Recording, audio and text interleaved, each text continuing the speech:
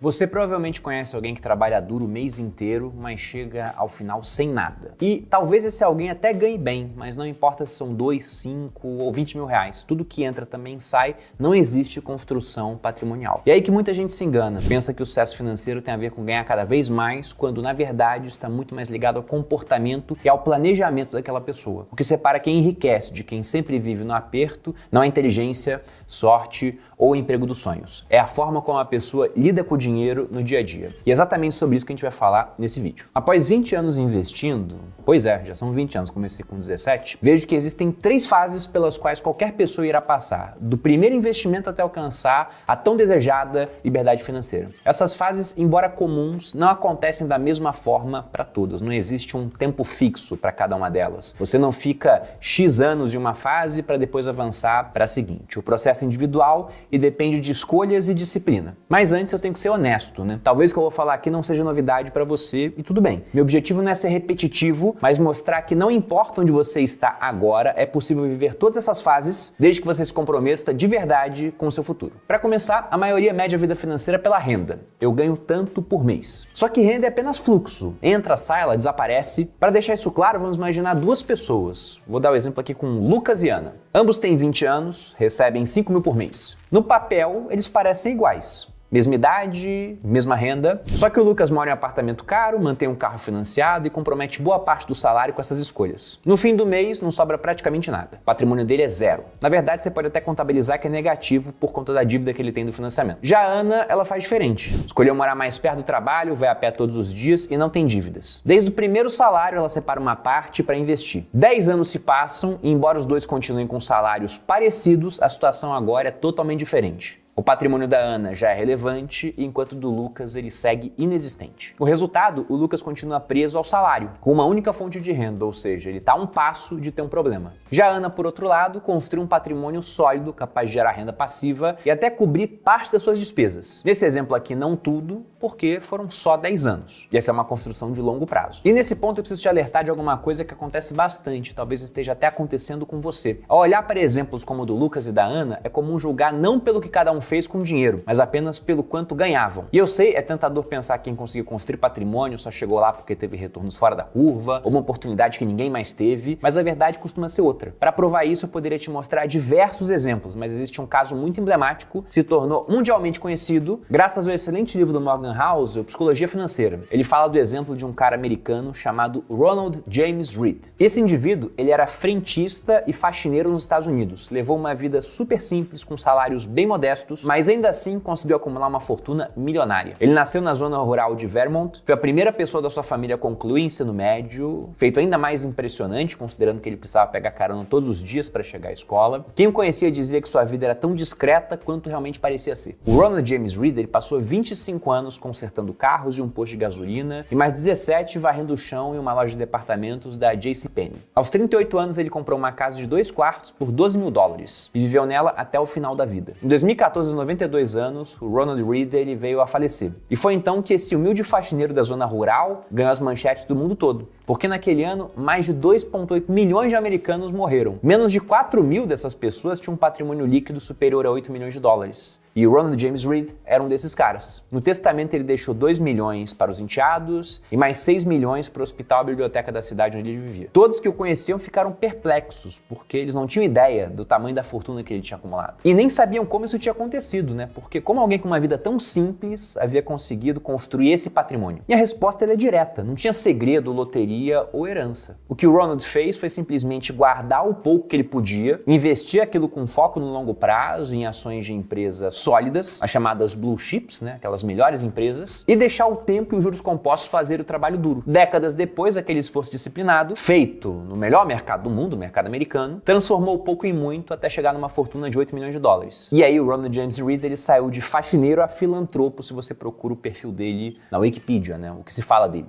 E nesse ponto cabe uma reflexão importante. importante, né? Quantas pessoas que conhecemos ganham muito dinheiro, são muito inteligentes e mesmo assim nunca vão construir nada desse tipo. No mesmo livro do Morgan House, ele dá um outro exemplo, só que no sentido negativo, dessa vez de um grande executivo que se formou em Harvard. Esse cara teve uma carreira de sucesso meteórica, uma aposentadoria precoce aos 40 anos, tinha uma vida de luxo, morava em uma mansão milionária, mas apesar de ser muito inteligente e ter tido muito sucesso, em meados dos anos 2000 ele contraiu um empréstimo para expandir ainda mais uma das suas propriedades. E o custo de manutenção desse empréstimo superava $90 mil por mês. Tudo dando certo, os juros eram baixos nessa época, mas aí veio a crise de 2008. Um dos gatilhos dessa crise foi o aumento de juros, esse camarada estava endividado, sem liquidez e com a sua renda comprometida por gastos astronômicos. Ele viu os imóveis, que eram garantia de alguns empréstimos, perderem valor, serem executados e terminou falido. Essas duas histórias mostram com clareza o que é a fase da construção do patrimônio. O Ronald Read, com salários modestos, acumulou uma fortuna porque teve disciplina, paciência e visão de longo prazo. E veja que tudo isso que eu falo aqui não diz respeito muito a conhecimento, né? Tem muito mais a ver com comportamento. Já o executivo de Harvard, o nome dele era Richard Fusconi, para quem quiser pesquisar, com todo o prestígio e altos ganhos, terminou falido porque não soube controlar seus gastos e as dívidas que ele teve. Essas histórias deixam claro que essa fase da construção, ela é independente daquilo que você ganha e tem muito mais a ver com o que você faz com o que você ganha. E aqui você pode usar várias estratégias, né? Automatizar os seus aportes, separar o valor assim que o salário cai na sua conta, sua remuneração, né? Se você tiver um negócio, né? Salário, por exemplo, ou até ter contas diferentes para gastos e investimentos. Principalmente para iniciante isso é bom, né? Deixar as coisas mais separadas. Tudo isso ajuda. Só que para muita gente não é suficiente. E não é nem por falta de vontade, é por falta de hábito. O cara não tem um comportamento adequado para isso. E muitas vezes nem sabe que ele não tem esse comportamento. Sempre que eu falo do viés do ponto cego, eu lembro inclusive de uma frase do Sêneca, o filósofo romano do século I depois de Cristo. Ele falava: temos sob os olhos os vícios alheios, as nossas costas estão os nossos, né? Ou seja, é muito fácil julgar o outro, mas somos terríveis na hora de julgar nós mesmos. E é por isso que muitas vezes a pessoa acha que ela tá no controle, quando na prática ela tá repetindo os mesmos erros todos os meses. É como na musculação, você pode jurar que tá fazendo o exercício da maneira correta, mas quando um treinador olha para você, ele enxerga de fora aquilo que você não vê. E com alguns pequenos ajustes, ele pode mudar completamente seu resultado. Com finanças é exatamente igual, pessoal. Ter alguém acompanhando de perto multiplica sua chance de conseguir construir patrimônio com consistência e realmente evoluir. E aí que entra o planejamento financeiro. Ele é a chave para transformar seus sonhos em realidade. Você ganha controle sobre suas finanças, se livra das dívidas, define metas claras e cria estratégias para alcançar os seus objetivos. Como, por exemplo, comprar uma casa, garantir a educação dos seus filhos ou se aposentar com tranquilidade. Seja qual for o plano, o segredo é a organização. Além disso, esse planejamento reduz o estresse com dinheiro, evita gastos desnecessários, faz com que o patrimônio cresça de maneira consistente. E para te ajudar nisso, aqui no Grupo Primo, a gente tem uma equipe de planejadores financeiros preparada para te auxiliar nessa jornada. Assim como um treinador na academia, eles olham de perto para sua realidade, corrigem esses pontos cegos e montam um plano personalizado para que você alcance resultados muito mais rápidos e sólidos. Por isso, você quer aprender de verdade a economizar, fazer o seu dinheiro trabalhar para você, com o auxílio de alguém individualmente cuidando das suas finanças e quer começar a fazer isso o mais rápido possível, eu vou deixar o link aqui na descrição para que você possa preencher e um dos planejadores do Grupo Primo vai entrar em contato. Hoje já são mais de 7 mil famílias atendidas e nós temos mais de 500 planejadores ativos para te atender. Bom, e aí seja você alguém que precisa ou não de um planejador, o fato é que sem passar pela fase da construção não existe um futuro financeiro sólido. Porque na história do Ronald James Read, eu disse que ele investia e esse é o ponto que faz toda a diferença. Porque guardar dinheiro não é construir patrimônio. Aqui no Brasil você guarda dinheiro e a inflação vai comer todo o poder da moeda. Você vai estar sendo, na verdade, disciplinado, mas burro, né? Era melhor ter consumido, porque ele tinha mais poder de compra naquele momento. O que realmente vai fazer você construir patrimônio ao longo do tempo é investir esse dinheiro. E é justamente aí que começa a segunda etapa dessa jornada, que é essa fase da aceleração, digamos assim. Nesse ponto, o patrimônio não vai crescer apenas pelos aportes que você faz mês a mês, mas principalmente pelos rendimentos que ele próprio gera. E não que no começo, naquela fase de construção, seu patrimônio não gere rendimentos, mas eles costumam ser muito pequenos comparado ao poder dos aportes que você vai colocar lá. Já nessa fase, a gente chega num ponto onde juros compostos deixam de parecer lentos e passa a dar mais velocidade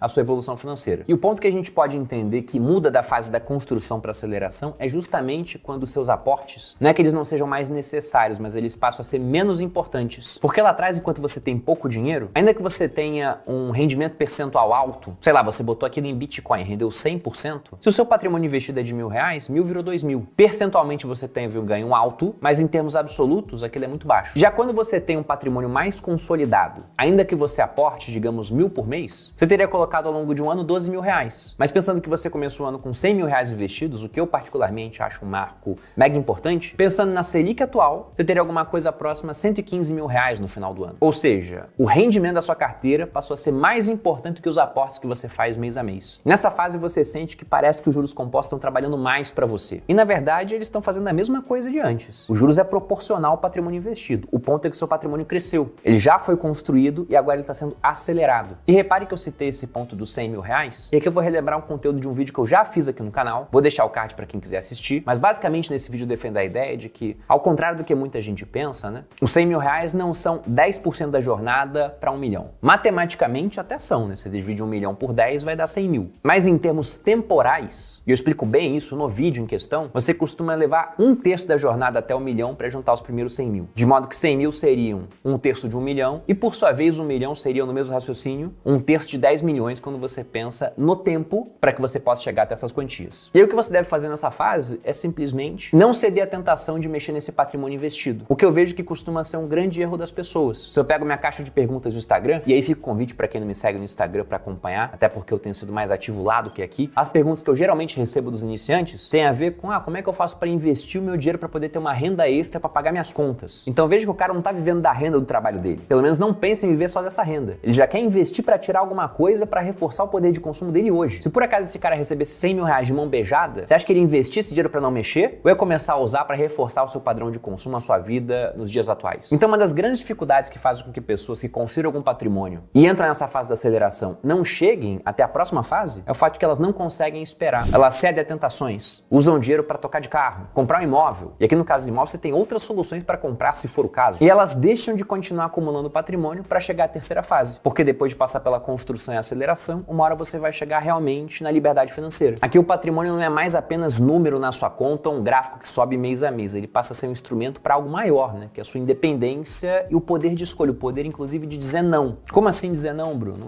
Você trabalha porque você precisa. Até o ponto que você tem um patrimônio que pode te manter, pagar o seu custo de vida. E nesse ponto você pode falar não para aquele trabalho que você não gosta para fazer outra coisa. Talvez até nada, né? Mas se você quiser trabalhar, vai trabalhar com alguma coisa que te dá prazer. E não mais por obrigação, mas agora por opção. E aqui também cabe uma reflexão importante, porque ao chegar nessa fase, você vai começar a usar parte do patrimônio para viver. E nessa fase, isso é legal. Na fase da aceleração, não. Você não chegou nesse momento ainda. Pô, Bruno, e como saber quando eu vou chegar nesse momento, né? Existem diferentes maneiras de planejar para isso. Vou falar uma das regras que é mundialmente famosa, que é a chamada regra dos 4%. Ela fala o seguinte, né? Se você for capaz de viver com 4% do patrimônio que você tem acumulado, então você chegou na fase da liberdade financeira. Porque pense que você tira esses 4%, mas sua carteira rende, por exemplo, 15%, de modo que você vai recompletar essa parte que você gastou e ainda vê essa carteira tendo um ganho, uma valorização acima da perda do poder de compra do dinheiro. E aí, naturalmente, quando você pensa nessa conta dos 4%, você vai ver que o número não será o mesmo para as pessoas. Para quem tem um custo de vida mais baixo, digamos de 40 mil reais ao ano, o que para boa parte da audiência aqui do canal, concentrado em grandes capitais do Brasil, vai parecer irreal. Mas para o cara que mora numa cidade pequena, principalmente fora do sul, sudeste, onde o custo de vida é mais baixo, pode ser crível. Se esse cara tem um gasto de 40 mil reais ao ano, com 1 milhão de reais, ele pode viver de renda. Agora, para uma pessoa que mora numa grande cidade, que digamos que precise de, na média, 10 mil reais por mês, ou seja, 120 mil reais no ano, então já seriam necessários 3 milhões para que ela, usando os 4%, daria 120 mil, possa se aposentar. E assim vai. E aí você percebe que aquele cara que tem aquelas pretensões de ter vários carros na garagem, ostentar pra caramba, ele em si é um obstáculo à sua própria jornada de poder viver de renda passiva. Porque se o alvo dele é muito alto, ele vai ser obrigado a continuar trabalhando, a esperar mais tempo para que ele possa dar espaço para essa terceira fase da liberdade financeira. E para reforçar na sua cabeça essa ideia que eu passei aqui, eu vou citar novamente o Sêneca, porque ele tem um pensamento que eu acho muito bacana. Ele fala que pobres são aqueles que precisam de muito. Quanto menos você tem a noção daquilo que é suficiente para você, mais pobre você é. Portanto, pessoal, essas são as 3 fases: construção, aceleração e liberdade financeira. Todos que querem chegar até a liberdade vão passar pelas 3, e eu espero que você consiga fazer isso mais rápido do que pensa que é possível. Para isso, foque nos aportes, principalmente no começo, mas depois de já construir um patrimônio maior, aí chega a hora de você investir, indo além do básico, né, para conseguir ter uma performance melhor no mercado. E a gente pode te ajudar com isso também, né? Fique atento às próximas turmas do Viver de Renda. Da minha parte, fico por aqui. Desejo sucesso a todos, um grande abraço e até a próxima.